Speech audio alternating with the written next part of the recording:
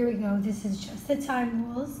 There will be a whole video on this rule when my throat is better. So action to be performed and then the time rule. Only for matrimonial actions. The first action is when file the attorney's retainer agreement.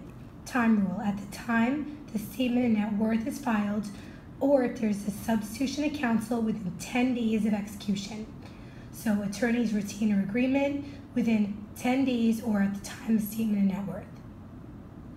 Granting by the court of attorney's application to secure his fee by obtaining an interest in the client's property. This can only be granted after the court reviews the party's finances and the attorney's application for attorney's fees.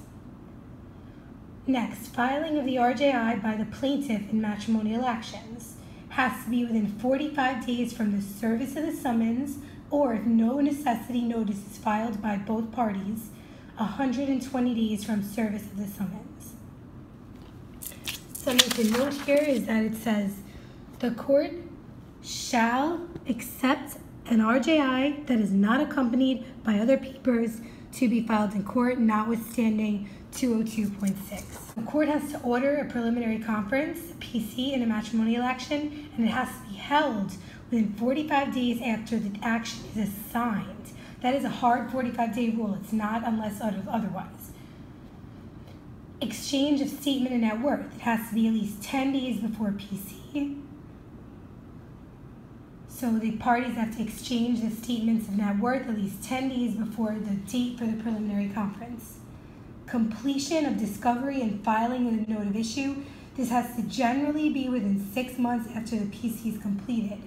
So generally you would get 12 months for a standard case, 15 months for a complex case, but in matrimonial action, they want to get that done in 6 months from the date of the PC, have the note of issue filed within 6 months, but it is a soft 6-month rule.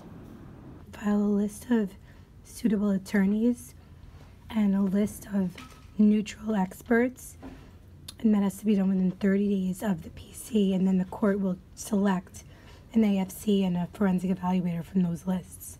The report of the expert witnesses for the filing, that's like a 60-30 rule, has to be at least 60 days before trial, and the reply reports have to be at least 30 days before trial.